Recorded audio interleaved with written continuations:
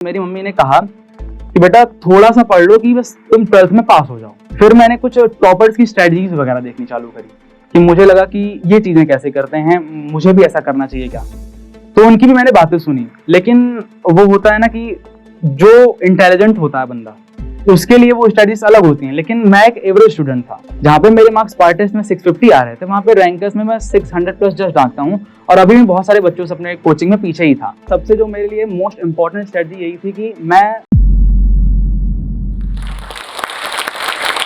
आप जो ये सोचकर ये वीडियो देख रहे हो, कहीं बहुत साल पहले, मतलब 2 साल पहले लगभग, मैं भी यही सोचकर देख रहा था वीडियो, लोगों की स्ट्रेटजीज देख रहा था कि मेरा नीट में सिलेक्शन हो जाएगा और मैं नीट में टॉप भी कर दूंगा। और मैं तुम्हें बताता हूँ कि मेरे लिए कौन सी स्टडीज काम करते हैं, क्योंकि मैं एक एवरेज स्टूडेंट था। और अगर तुम जानना चाहते हो कि एवरेज स्टूडेंट्स की स्ट्रेटजीज क्या होती हैं, तुम इस टॉक को एंड तक देखो। नमस्ते, मेरा नाम आदित्य सिंह है और मैं एक छोटे से गांव पूरे वैष्णो का रहने वाला हूँ। और मैं एक ऐसा बच्चा था जो 9th में और 11th में, और 9th में खासकर मैंने फर्स्ट टाइम फेलियर सहा था अपनी मतलब स्टडीज जो मैं कर रहा था उसमें। 9th का हाफ ईयरली एग्जाम चल रहा था, जिसमें मैं मैथमेटिक्स एग्जाम में फर्स्ट टाइम फेल होता हूँ। और उसके पहले मतलब ऐसा था कि एवरेज स्टूडेंट था, बट ऐसा फेलियर कभी नहीं हुआ था। और उस समय मैटर भी नहीं करता, क्योंकि टीचर भी उस समय पास कर देते थे 9th में मैथमेटिक्स में फेल होने के बावजूद भी। और ऐसे चलता रहा और 10th में हमारा फिर कोविड आ जाता है, जिसकी वजह से मैं मतलब एज अ इंटरनल असेसमेंट की वजह से 79% मार्क्स से पास हो जाता हूँ। और उसके बाद फिर मैं 11th में एडमिशन लेता हूँ, और जिसमें मैंने स्ट्रीम चुनी थी अपनी बायोलॉजी। और बायोलॉजी चुनने का मेरा रीज़न ये था कि मेरे डैडी का मेडिकल स्टोर है, तो मैंने सोचा था कि बायोलॉजी लेके बी फार्मा कर लेंगे और उसके बाद फिर अपना मतलब मेडिकल स्टोर संभाल लेंगे। और उस बीच जब कोविड चल रहा था तो मैं अपनी दुकान पे भी जाता था और मतलब डैडी की हेल्प कराता था। 2-3 महीने मैं कॉन्टिन्यूसली वहाँ पे दुकान पे गया था। और जब 11th स्टार्ट होती है और कोविड भी सब कुछ खत्म हो गया था, स्कूल भी सब ओपन हो जाते हैं, तो मैं स्कूल जाना स्टार्ट करता हूँ। और मतलब 11th में मैं बिल्कुल ही पढ़ाई नहीं कर रहा होता हूँ टिल हाफ ईयरली एग्जाम। और मैं दोस्तों के साथ मौज मस्ती और मतलब क्लासेस बंक करना है, फिर कभी कभी स्कूल भी बंक करना, ये सब मुझे मतलब बहुत ही अच्छा लगता था। और मैं दोस्तों के साथ हमेशा ही घूमता फिरता रहता था। पढ़ाई लिखाई से मेरा कोई भी मतलब दूर दूर का वास्ता ही नहीं था। और मुझे जब एक चीज, मेरा हाफ ईयरली का एग्जाम होता है, तो मुझे मेरा जो रिजल्ट आते हैं उसमें हाफ ईयरली के, तो उसमें मेरे फिजिक्स में और बायोलॉजी में, मेरे हाफ ईयरली एग्जाम में मेरे कंपार्टमेंट्स लगते हैं। तो उस टाइम मुझे मतलब वो भी मेरे लिए बहुत बड़ी बात नहीं थी, क्योंकि मेरे बहुत सारे दोस्तों के भी लगे थे। लेकिन प्रॉब्लम तब आती है जब मैं घर पहुंचता हूँ और मैं मतलब मेरी मम्मी के साइड में ही था, और मेरे टीचर उनके पास कॉल करते हैं कि आपका बच्चा का ऐसा ऐसा मार्क्स है, फिजिक्स में वो कंपार्टमेंट उसका लग गया है, और बायोलॉजी में जो कि मेन सब्जेक्ट है उसका, तो ये तो डन है कि वो 12th में भी फेल ही होने वाला है। क्योंकि जिस तरीके से उसकी पढ़ाई चल रही है, और उन्होंने बाकी शिकायतें भी करी कि दोस्तों के साथ घूमता रहता है, क्लासेस बंक करता है, और कभी कभी स्कूल भी बंक कर देता है, मंदिर में चला जाता है वहाँ सामने की। तो ये सब चीज़ें मतलब सब कुछ टीचर ने बताई। तो मैं वैसे, मेरी मम्मी को ये सारी चीज़ें पता नहीं थी, ना उन्होंने मुझे कभी टोका था इन सब चीज़ों के बारे में। जो वो मेरी रात थी वो मेरी कुछ अच्छी नहीं जाती है, और मैं पूरा उस रात सोया नहीं, कहा जैसा मुझे सोचता रहा कि अगर मैं सचमुच में 12th में फेल हो गया तो क्या होगा, या फिर जो टीचर ने कहा है वो सही हो गया तो क्या होगा, और मैं अगर अपने आगे का जो फ्यूचर है मेरा बेकार हो जाएगा, सब कुछ जो टीचर ने कहा था, मतलब वही चीज़ें मैं सोच रहा था। लेकिन फिर मैंने सुबह उठा और मैंने डिसाइड किया कि सोचने से कुछ नहीं होने वाला है, क्योंकि अगर मैं सोचता ही रहूँगा तो उससे मेरा कुछ फ़ायदा नहीं होने वाला। मैं स्टार्ट करता हूँ थोड़ी सी स्टडी, पास ही होने के लिए करता हूँ कि मैं पास हो जाऊँ सिर्फ़ और सिर्फ़, लेकिन मैं पढ़ना स्टार्ट कर देता हूँ। और इस समय मैंने पहला तो ये डिसीज़न लिया कि मैं स्कूल नहीं जाऊँगा। रीज़न इसके पीछे का यही था कि जो मेरे फ्रेंड सर्कल था, वो सभी के साथ मुझे पता था कि अगर मैं जाऊँगा तो मेरा वही सब चीज़ फिर से चालू हो जाएगा, मैं पढ़ लिख तो नहीं पाऊँगा। तो मैं इसलिए स्कूल छोड़ देता हूँ, और मेरे टीचर्स के कॉल भी आते हैं, तब भी मैं उनसे यही रिक्वेस्ट करता हूँ कि मैं स्कूल तो नहीं आ पाऊँगा। तो उसके बाद फिर मैं घर पे स्टार्ट करता हूँ अपनी स्टडीज़ थोड़ी-थोड़ी, जिसमें मुझे स्टार्टिंग में बहुत ज़्यादा प्रॉब्लम होती है। क्योंकि ऐसे अचानक से उस वजह से कि आप 11th हाफ ईयरली में फेल करते हो और उसके बाद आप अचानक से पढ़ने लग जाओ, तो वो बहुत ही मुश्किल फेज़ होता है। और उस समय मेरे पास स्कूल भी नहीं जाता था, तो मेरे पास एक ही ऑप्शन था, वो था यूट्यूब, कि मैं यूट्यूब से जो चीज़ें देखूँ और चैप्टर वाइज़ चीज़ें अपने पढ़ लूँ। और उस समय तो मुझे सचमुच बताऊँ तो ये भी नहीं पता था कि नोट्स लिखने होते हैं। मैं लेक्चर पहले स्टार्टिंग के 1-2 मंथ तो यही करता रहा कि मैं लेक्चर ले लेता था, और मुझे लगता था कि रिवीजन के लिए भी लेक्चर ले लेना होता है। तो मतलब इतना भी मुझे आइडिया नहीं था। फिर मैंने कुछ टॉपर्स की स्ट्रैटेजीज़ वगैरह देखनी चालू करी कि मुझे लगा कि ये चीज़ें कैसे करते हैं, मुझे भी ऐसा करना चाहिए क्या? तो उनकी भी मैंने बातें सुनी। लेकिन वो होता है ना कि जो इंटेलिजेंट होता है बंदा, उसके लिए वो स्टडीज अलग होती हैं, लेकिन मैं एक एवरेज स्टूडेंट था, तो मेरे लिए वो कहीं न कहीं स्टडीज वो बहुत ज़्यादा उन्होंने तो ईज़ी तरीके से बता दी, बट मैं उन चीज़ों को जब फॉलो करने जाता था, तो मेरे रिजल्ट में कोई भी चेंज नहीं आता था।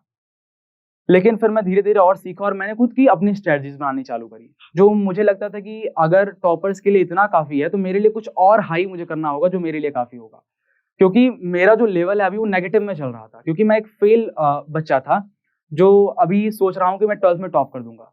तो ये तभी पॉसिबल होगा जब मैं उन टॉपर्स की स्ट्रैटेजीज़ को छोड़ के कुछ अपना बनाऊँ, जो मुझे एक एक्स्ट्रा पावर दे अपनी स्टडीज़ के लिए। और इसी के चलते मैं फिर अच्छे से पढ़ाई किया, बट ये था कि मुझे पता ना होने के कारण कैसे पढ़ना होता है। मेरे 11th में सिर्फ़ और सिर्फ़ 60% ही आ पाते हैं। और अब मेरी स्टार्टिंग होती है 12th क्लास की, जिसमें मुझे शायद अभी थोड़ा बहुत नॉलेज हो गया था कि पढ़ाई कैसे करी जाती है। तो मैं अपना 12th का स्टार्ट करता हूँ और एक बैच भी लेता हूँ इस बार मैं। सिर्फ़ यूट्यूब से ही नहीं, मैं पीडब्ल्यू का एक बैच भी लेता हूँ, जिसको मैं एक सिस्टमैटिक तरीके से डेली रूटीन अपना बनाता हूँ और उसको अच्छे से फ़ॉलो करता हूँ। और मुझे नहीं पता था कि मेरा रिज़ल्ट क्या होगा, मैं सोच रहा था कि जस्ट मैं पास होने के लिए पढ़ रहा हूँ, मैं पास हो जाऊँगा। लेकिन मेरे फिर 12th हाफ ईयरली का एग्ज़ाम होता है फर्स्ट टाइम, और मैं किसी भी उस समय 12th के बाद जब मैंने पढ़ाई स्टार्ट करी थी, ये मेरा फर्स्ट एग्ज़ाम होने वाला था।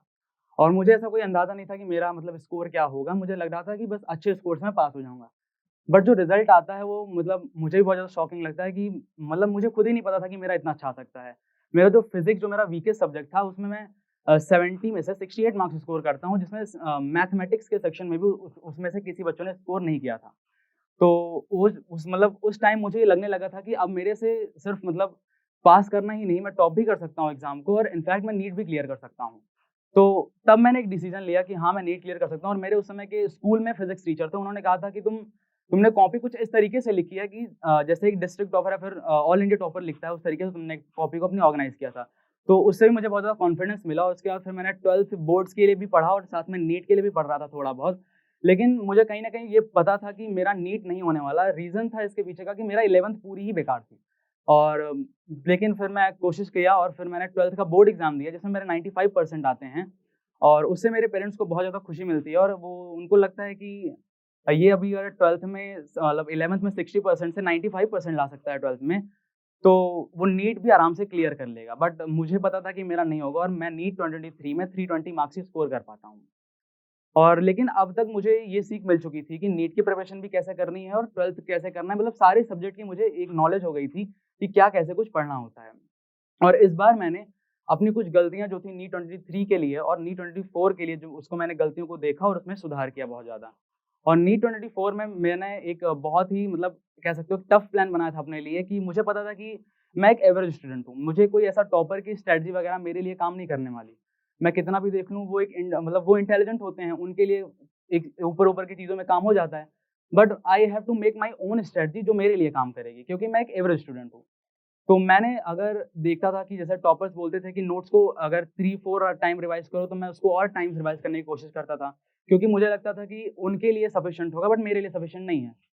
तो मैं इसी तरीके से अपना सबसे जो मेरे लिए मोस्ट इम्पोर्टेंट स्ट्रैटेजी यही थी कि मैं अपना कोई भी चैप्टर अगर जो भी किसी भी सब्जेक्ट में चल रहा होता था, तो मैं उसे स्टार्टिंग से लेके एंड तक मतलब डेली बेसिस पे रिवाइज़ करता था। अगर वो 10th लेक्चर है, तो मैं 1 टू 10 पूरा रिवाइज़ करता था। और ऐसे-ऐसे करके मेरा जो फर्स्ट, सेकंड लेक्चर थे, वो 10 टू मतलब 10-11 टाइम्स ऑलरेडी रिवाइज़ हो जाते थे ड्यूरिंग मेरी क्लासेस की वक़्त ही, जब मैं उस चैप्टर को पढ़ रहा होता था। और उसके बाद मैंने टेस्ट से रिलेटेड भी अपना एक अलग सा ही प्लान बना रखा था, जिसमें ये होता था कि कभी-कभी टेस्ट में जाते थे और फिज़िक्स में ये होता था कि क्वेश्चन छोड़ के चले आते थे। तो मैं क्या करता था कि जैसे टाइम लिमिटेड एक टेस्ट होता है हम लोगों का नीट का, तो मैं घर पे आके उसी सेम सिलेबस पे बेस्ड मतलब विदाउट टाइम लिमिट एक टेस्ट देता था फिज़िक्स का, खासकर जो मेरा वीक था। उस वो इसलिए देता कि मुझे एक कॉन्फिडेंस आ सके कि मैं 45 क्वेश्चंस पूरे कर पा रहा हूँ। क्योंकि अगर मतलब मैं टाइम के प्रेशर में अपने क्वेश्चंस छोड़ रहा हूँ या फिर मेरे कॉन्सेप्ट लैग कर रहे हैं, वो मुझे उसमें डिफरेंशिएट करता था। और जब मैं आके अनलिमिटेड टाइम में वो पेपर को सॉल्व करता था 45 क्वेश्चंस, तो मेरे मेरे से लगभग मतलब 45 क्वेश्चंस हो जाते थे। और मुझसे एक कॉन्फिडेंस मिलता था कि नहीं, मेरे से पेपर में भी बनेंगे, बट मैं उस समय थोड़ा-सा घबरा जाता हूँ। तो मुझे एक चीज़ ये सब ये मतलब इस स्ट्रैटेजी से मैंने ये चीज़ सीखी कि टेस्ट में मुझे एक कॉन्फिडेंस है कि मैं 45 क्वेश्चंस मतलब टोटल क्वेश्चन सारे क्वेश्चंस कर सकता हूँ। और उसके बाद मेरा एक और वीक सब्जेक्ट था फिज़िकल केमिस्ट्री, जिस पे मैंने एक और मतलब वो मेरे लिए बहुत ही ज़्यादा सिरदर्द था स्टार्टिंग से ही, क्योंकि मुझे उसका एबीसीडी भी नहीं पता था फिज़िकल केमिस्ट्री का। तो मैं उसमें भी एक अपना खुद का ही स्ट्रैटेजी बना के रखा था कि अगर फिज़िकल केमिस्ट्री में अगर सर जैसे चैप्टर स्टार्ट करते हैं और एंड करते हैं, उसमें जितने भी वो एक डीपीपीस देते थे, डेली प्रैक्टिस पेपर्स, तो उनकी तो मैं करूँगा ही साथ-साथ। अगर मेरा वो चैप्टर वीक लग रहा है, तो मेरे अगर अल्टरनेट बैचेस में जो टीचर्स डीपीपीस देते थे, मैं उनको भी लगा लेता था साथ में। यानी कि मैं जब चैप्टर लास्ट में अपना रिवाइज़ करता था, पूरा कंपाइल करता था, तो मैं साथ में पूरी डीपीपीस भी लगा लेता था दूसरे टीचर्स की। और वो मुझे बहुत ज़्यादा हेल्प करता था मेरे मतलब क्वेश्चन प्रैक्टिस के लिए, और मुझे कॉन्फिडेंस लाने के लिए कि हाँ, मैं सारे क्वेश्चंस कर पा रहा हूँ जो इस चैप्टर में आ सकते हैं। और उसके बाद मैं बात करूँ बायोलॉजी की, तो बायोलॉजी भी मेरा ऐसा था कि मेरी जो प्रिपरेशन जर्नी थी उसमें कभी 360 नहीं आते, बट नीट 2024 में आ जाते हैं। उसके पीछे का मेरा जो मेन रीज़न था, मुझे जो लगता है कि मैंने पहले से ही डिसाइड कर रखा था कि मैं कितना भी बायो पढ़ लूँगा, अगर मैं लास्ट के 1 या 2 मंथ में बायो को बिल्कुल ही छोड़ दूँगा, तो मेरे से बायो मतलब बनने नहीं वाली। मैं 360 आउट ऑफ 360 स्कोर नहीं कर पाऊँगा। मैंने एक डिसाइड कर रखा था कि मैंने जो अपना अप्रैल मंथ होगा, वो 70% बायो को दूँगा और 30% इनऑर्गेनिक और ऑर्गेनिक केमिस्ट्री को दूँगा। अब आप लोगों को लग रहा होगा कि मैं फिज़िक्स और फिज़िकल केमिस्ट्री को कैसे करता होऊँगा? तो मैंने फिज़िक्स और फिज़िकल केमिस्ट्री को जनवरी से लेके मार्च तक ऑलरेडी इतनी बार कर लिया था कि मतलब जैसे बहुत बड़े चैप्टर्स होते, तो मैंने उसको 10-15 बार भी कर लिया था, अगर मुझे लग रहा है तो। तो वो चीज़ टॉपिक पे बेस होती थी, अगर मुझे लग रहा है कि कोई टॉपिक वीक है, तो मैं उसे करके बैठ चुका था। और फिज़िक्स और फिज़िकल केमिस्ट्री में उस समय तक अपनी स्ट्रॉन्ग कर चुका था, जो कि मेरे वीकेस्ट सब्जेक्ट होते थे उस समय। तो अब यही थी मेरी बायो की स्ट्रैटेजी, जिससे मैंने इस बार बायो में 360 आउट ऑफ 360 स्कोर किया। मैं अपने जो 2024 की प्रिपरेशन के दौरान मैं अपने जो पार्ट टेस्ट देता था, उसमें तो अच्छे स्कोर आ रहे थे, क्योंकि उसमें 1-2 चैप्टर का ही सिलेबस रहता था। और लास्ट में मेरे थोड़े स्कोर सही रहते थे, इस वजह से मुझे एक रैंकर्स बैच में सेलेक्ट किया गया। और मैंने जो उसका जो पहला पेपर दिया, तो मेरे उसमें पहली बार मतलब पूरी जो मेरी प्रिपरेशन जर्नी थी 2024 की, उसमें मेरे 600 से मार्क्स गिर जाते हैं। और वो मेरा टाइम था, लगभग नवंबर का टाइम चल रहा था जब ये बैच बना था। और नीट भी मतलब अभी तक पास आ चुका था, और मेरा जो फर्स्ट टाइम ये था कि 600 से मेरा नीचे मार्क्स आया था, लगभग 584 समथिंग आया था। तो मुझे ये लगने लगा कि यार अगर, और मेरा ऐसे ही नहीं, उसी पेपर में नहीं, मेरे अगले आने वाले 2-3 पेपर में ही 600 से कम मार्क्स आए, और मेरी जो रैंकिंग थी मतलब बहुत सारे बच्चों से मैं पीछे हो गया था। तो मुझे समझ में नहीं आ रहा था कि मैं क्या करूँ? उस समय मुझे कोई इम्प्रूव करने का तरीका भी नहीं मिल रहा था। लेकिन फिर मैंने मतलब जो उसमें टॉप कर रहे थे, मैंने उनसे कुछ थोड़ा-सा सजेशन लिया। तो उन्होंने बोला कि तुम क्या पूरा जो सिलेबस है उसका टेस्ट का, क्या तुम 1-2 दिन पहले मतलब पूरा रिकॉल कर पाते हो? तो मैंने कहा नहीं, मैं तो जस्ट एक-एक बार पढ़ लेता हूँ, और लास्ट के दिन तो जितना हो पाता है 1-2 चैप्टर वही पढ़ता था। तो मुझे ये पता लगता है उस समय कि मुझे जो है, चाहे जितना भी बड़ा सिलेबस हो, मुझे 1 या 2 दिन पहले पूरा रिकॉल करके जाना होता है, जो कि मुझे नहीं पता था। तो मैं जब ये करता हूँ, ये करने के बाद भी मेरे बहुत अच्छे मार्क्स नहीं आते, बट हाँ, 600 प्लस में जस्ट चला जाता हूँ। जहाँ पे मेरे मार्क्स पार्ट टेस्ट में 650 आ रहे थे, वहाँ पे रैंकर्स में मैं 600 प्लस जस्ट आंकता हूँ, और अभी मैं बहुत सारे बच्चों से अपने कोचिंग में पीछे ही था। लेकिन फिर मैं मतलब एक दिक्कत ये भी थी कि मेरे घर से बहुत दूर पड़ता था, और रैंकर्स टेस्ट में ये कर दिया था कि हर अल्टरनेट डे पे टेस्ट होंगे। तो मैं जाता था, और मेरा आधे से ज़्यादा टाइम, अगर मैं सुबह लगभग 12 बजे से निकल रहा हूँ दोपहर में, तो मुझे आते-आते लगभग शाम के 7-8 बज जाते थे प्रयागराज से प्रतापगढ़ जाने में। तो उसमें भी मेरा बहुत ज़्यादा टाइम चला जा रहा था। तो मैंने इसमें अपने टेस्ट किए, भले ही टेस्ट होते थे अल्टरनेट डेज़ पे, मैंने टेस्ट अपने कम किए पहले तो।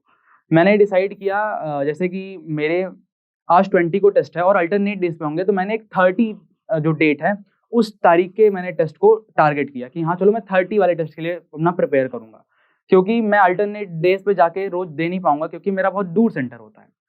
तो उस जो मतलब मैंने जब इतना बड़ा गैप देके टेस्ट पेपर देने गया, तब जाके मेरा कुछ स्कोर जो हुआ इम्प्रूव हुआ, और मुझे थोड़ी-सी मोटिवेशन मिली कि अभी थोड़ा स्कोर स्टेबल हो गया था मेरा, और अब थोड़ा नीट भी करीब आ गया था, और ये समय था लगभग मार्च का मंथ था, जिसमें मेरे साथ ऐसा हुआ। मेरे एक दूर के रिलेटिव मेरे डैडी से कहते हैं कि ये जो बोर्ड का एग्जाम नहीं है, जो इसमें कोई भी निकाल ले जाएगा, फिर कोई भी टॉप कर ले जाएगा। इसमें बहुत ज़्यादा मेहनत लगती है, और इसमें बच्चों को कोटा जाना पड़ता है, ये घर से नहीं होने वाला है। और तो मतलब उस समय मेरे डैडी ने मेरे से आके पूछा भी कि क्या तुम मतलब कोटा जाना चाहते हो? तो मैंने कहा नहीं, मतलब घर से हो जाएगा, क्योंकि मैंने 12th भी वहीं से पढ़ी और मेरा अच्छा इम्प्रूव हुआ, तो मैं वो भी यहीं से कर लूँगा। तो जो मेरा नीट 24 के प्रिपरेशन के दौरान जो मेरा डेली रूटीन होता था, वो ये था कि पहली बात तो ये था कि तुम्हें सोचना सिर्फ स्टडीज़ के बारे में उस समय। तुम्हें ऐसा दूसरी कुछ नहीं सोचनी है कि कुछ तुम्हारे दिमाग में और चल रहा है कि बिग बॉस में क्या चल रहा है, यहाँ क्या चल रहा है। तो सबसे पहली बात तो मैं ये सोचता था कि मुझे दिन भर स्टडीज़ के बारे में सोचना है। और मेरी ये खास थी, मैं कोई नाइट आउल बच्चा नहीं था, मैं सुबह जल्दी उठता था। लगभग 6 एएम के एप्रॉक्स में नहा वगैरह सब कुछ कर लेता था अपना। और मैं अपनी जो प्री स्टडीज़ थी, मतलब लेक्चर स्टार्ट होते थे मेरे 8 ओ क्लॉक पे, और मैं 6 एएम से बैठ जाता था अपना पढ़ाई करने, और मैं 2 आवर्स जो थे वो प्री स्टडीज़ करता था। मतलब जो भी मुझे लगता था कि मेरे वीक हैं या फिर एनसीईआरटी का कोई टॉपिक लग रहा है वीक है, तो मैं वो पढ़ता था। और उसके बाद मेरे 8:30 से लेक्चर स्टार्ट होते थे और ऐसे करके मेरे 3 लेक्चर्स चलते थे। टोटल 6 आवर्स के मेरे लेक्चर होते थे, जो कि 3 पीएम तक चलते थे। और ये होने के बाद 3 पीएम के बाद मैं जो करता था कि मैं 1 घंटे सो जाता था, क्योंकि 6 घंटे के लेक्चर्स लेते-लेते मैं बहुत ज़्यादा एग्ज़ॉस्ट हो जाता था। और मुझे लगता था कि अगर मैं इकट्ठे ही रिविज़न करने बैठ जाऊँगा तो मेरे आउटपुट जो होगा बहुत ज़्यादा नहीं आने वाला। तो मैं सो जाता था 1 घंटे और उसके बाद मैं 4 पीएम से मैं अपने रिविजन्स को स्टार्ट करता था। और मेरे डेली रूटीन में एक चीज़ ये था कि जो मेरा वीकर सब्जेक्ट होगा मैं उसे पहले उठाता था। जैसे कि केमिस्ट्री मेरा वीकर सब्जेक्ट था, तो मैं सबसे पहले रिविज़न उसका करता था और रिविज़न कर लिया। जो मैं डेली का प्रोसेस फ़ॉलो करता था वो था रिविज़न करना, उसके बाद डीपीपी लगा लेना और जैसे फिज़िकल केमिस्ट्री से या फिर फिज़िक्स जैसे सब्जेक्ट्स में एक्स्ट्रा 20-30 क्वेश्चन सॉल्व कर लेना। और उसके बाद मैं अपना फिज़िक्स पोर्शन खत्म करता था, यही सेम प्रोसेस है कि मैं रिविज़न, डीपीपी और उसके बाद फिर क्वेश्चंस। और उसके बाद मैं अपना बायो लास्ट में पढ़ता था, जिसमें मैं स्टार्टिंग में मतलब क्लास के समय नोट्स भी पढ़ता था और एनसीईआरटी दोनों ही मतलब साथ ही साथ लेके चल रहा था। पहले डिसाइड किया था कि मैं एग्ज़ाम के एक दिन पहले कुछ नहीं पढ़ूंगा, बट वो मेरे से हो नहीं पाया और मेरे से मतलब रहा नहीं गया, तो मैं पढ़ने का ट्राई करता हूँ और मेरी एंग्जाइटी लेवल मतलब बढ़ती जा रही थी। मैं जितना पढ़ता जाता और मुझे लगता कि यार मैं सब भूल गया हूँ, मुझे नहीं आएगा उस दिन अगले दिन एग्जाम पे। लेकिन मेरी मम्मी कहती थी कि अगर तुमसे नहीं हुआ तो किसी से नहीं होगा, क्योंकि तुमने साल भर पढ़ाई करी है तो रहने दो, किताब साइड कर दो और बस अपना मतलब अपने दिमाग को शांत रखो इस दिन। कि मैं जब अगले दिन एग्जाम की सुबह होती है तो उस दिन मैं अपने कितना भी अपने आप को रोकने के बजाय मैं शॉर्ट नोट्स अपने खोल ही लेता हूँ, फिजिक्स और फिजिकल केमिस्ट्री का, और मैं एक बार उनको देखता हूँ। और उसके बाद फिर ये होता है कि मेरा जो सेंटर था वो थोड़ा मेरे घर से लगभग 50 किलोमीटर्स था, नैनी नैनी में था। तो वहाँ जाने के लिए हमने मतलब स्टार्ट किया था, 11 ओ क्लॉक से हम निकले थे अपने घर से। और मुझे थोड़ा नैनी में जो ट्रैफिक की वजह से वहाँ पे मुझे लेट भी हो जाती है, और लेट होने की वजह से जो मुझे तो एंग्जाइटी और भी मेरी बढ़ जाती है। और मुझे एक डर था कि मेरा एग्ज़ाम छूटने के समय मतलब मैं एकदम फ़ियरफुल हो चुका था।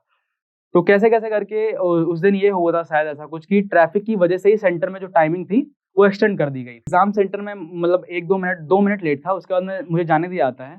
तो मैं जाता हूँ तो सबसे पहला मैं जाता हूँ अपना मतलब वॉशरूम में, पहले मैं फेस वॉश वगैरह कर लेता हूँ, फ्रेश हो जाता हूँ एकदम से।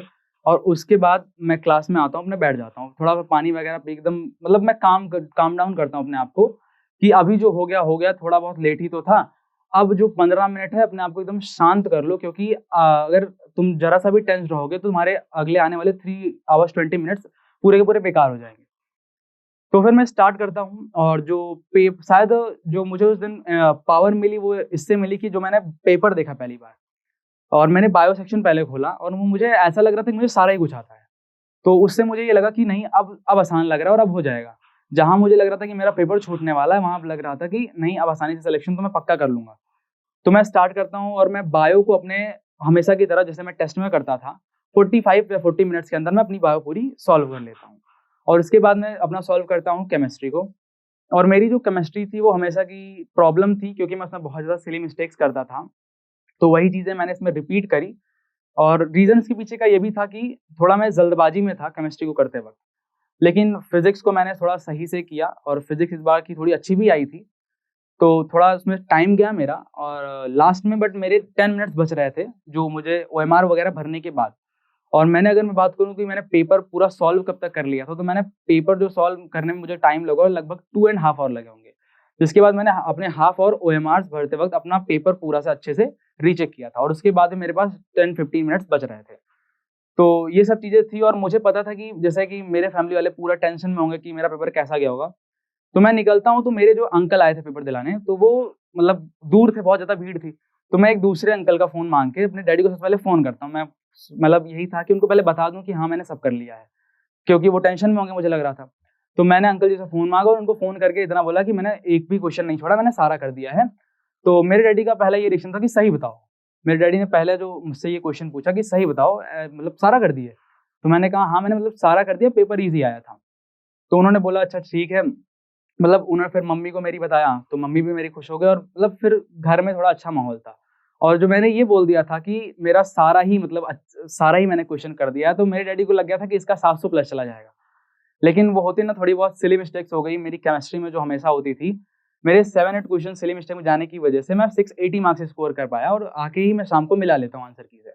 और उसके बाद मैं अपने फैमिली वालों को बताता हूँ, तो मेरे मतलब फैमिली वाले खुश थे 680 मार्क्स में भी, क्योंकि उनके लिए बहुत बड़ी बात थी और मेरे लिए भी खुद बहुत बड़ी बात थी कि मैं 680 ला पाया। जहाँ पे मैं एक 11th में फेल हो गया था, उस हिसाब से मैं अगर 680 स्कोर करता हूँ और मुझे कॉलेज जस्ट डिसेंट सा मिल जाता है, तो वो मेरे लिए बहुत ही ज़्यादा मतलब सही बात थी और मन लगा के अच्छे से पढ़ना चाहिए। रिजल्ट वाले दिन जो एक चीज़ की एंग्जाइटी थी कि मतलब क्या होगा, कितना नंबर आने वाला है, मैंने सही कैलकुलेट किया है कि नहीं और मेरी रैंक क्या होने वाली, सबसे इम्पोर्टेंट ये होगा।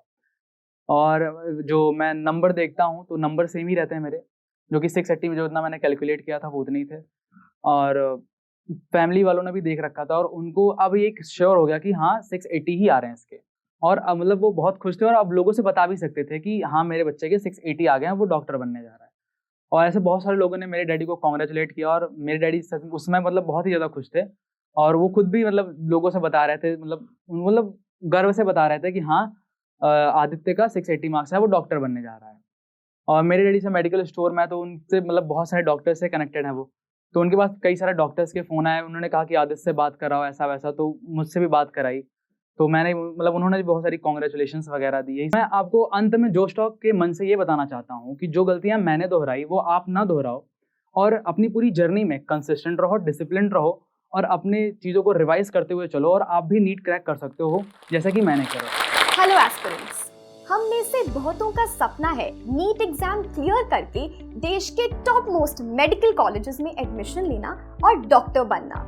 लेकिन ये जर्नी बहुत मुश्किल है और हो सकता है कि हमारे मन में ये दो क्वेश्चंस हैं। तो पहला सवाल कि हम कोचिंग कहाँ से लें, और दूसरा सवाल ये कि अगर हम किसी कोचिंग में एडमिशन लें तो हमारी फीस पर कुछ बचत हो पाए। और इसलिए बहुत नीट एस्पिरेंट्स ने जोश से रिक्वेस्ट किया कि क्या जोश टॉक्स एस्पिरेंट्स को हेल्प कर सकते हैं उनकी इस जर्नी में। तो अगर आप नीट के लिए कोचिंग लेने में इंटरेस्टेड हैं तो नीचे एक फॉर्म दिया गया है जहां हम अपना नाम और नंबर शेयर कर सकते हैं और जोश टॉक्स आपका कॉन्टैक्ट नंबर कुछ इंस्टीट्यूट्स के साथ शेयर करेगा। तो कोचिंग्स अब आपको खुद कॉन्टैक्ट करेंगी। जोश टॉक्स और भी कोशिश करेगा कि और कोचिंग्स भी हमें कांटेक्ट करें और वो अपनी ऑफरिंग्स और कोर्सेज की सारी इंफॉर्मेशन हमें दें और सही गाइडेंस भी। तो अब जोश के स्टूडेंट्स घर बैठे फोन पर गाइडेंस और इंफॉर्मेशन ले सकते हैं और एडमिशन भी। Best of luck to all aspirants. जोश हमेशा हमारे साथ खड़ा है। जय हिंद।